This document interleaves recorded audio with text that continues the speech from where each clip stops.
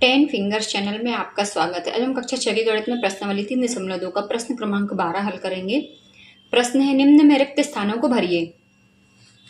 तो पहला वाक्य है इसमें, वह संख्या जिसके केवल 2 गुणनखंड हो, एक कौन सी संख्या कहला जाएगी? अभाज्य संख्या।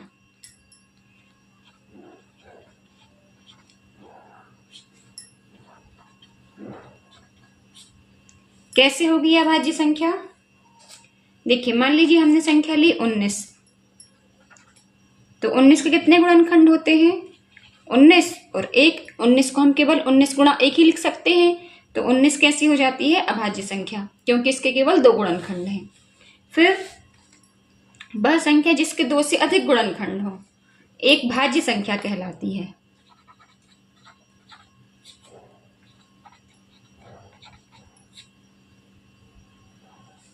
कैसे कहलाएगी ये भाज्य संख्या? देख लेते हैं।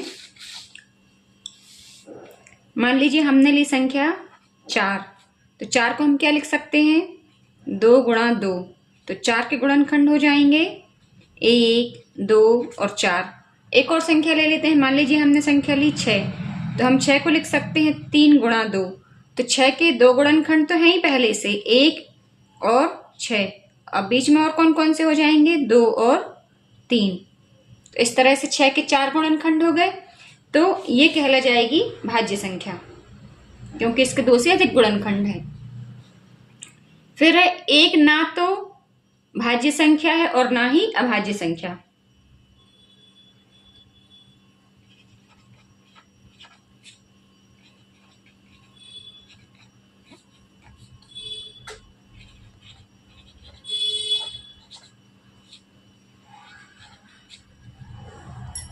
इसके बाद है सबसे छोटी अभाज्य संख्या।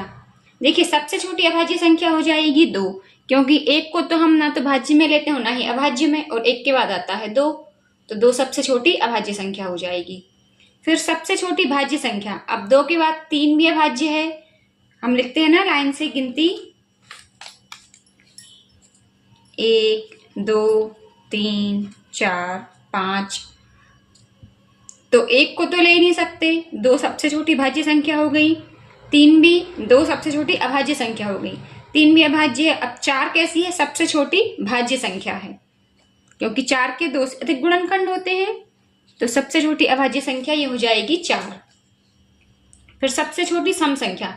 सम संख्याएं आप लोग जानते हो क्या कहलाती हैं?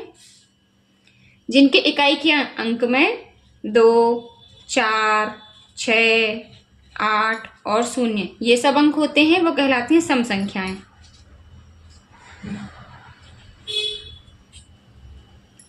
है ना? तो सबसे छोटी सम संख्या हो जाएगी 2। तो इस तरह से ये प्रश्न पूरा हुआ। आप लोग ये खाली स्थान थोड़े से प्रैक्टिस कीजिए और समझ के इनको याद कीजिए। इनको आपको रटना नहीं, समझना है। आगे भी क्लास में ये काम आएंगे। फिर मिलते हैं नेक्स्ट वीडियो में, तब तक के लिए पढ़ते रहिए, मस्त रहिए।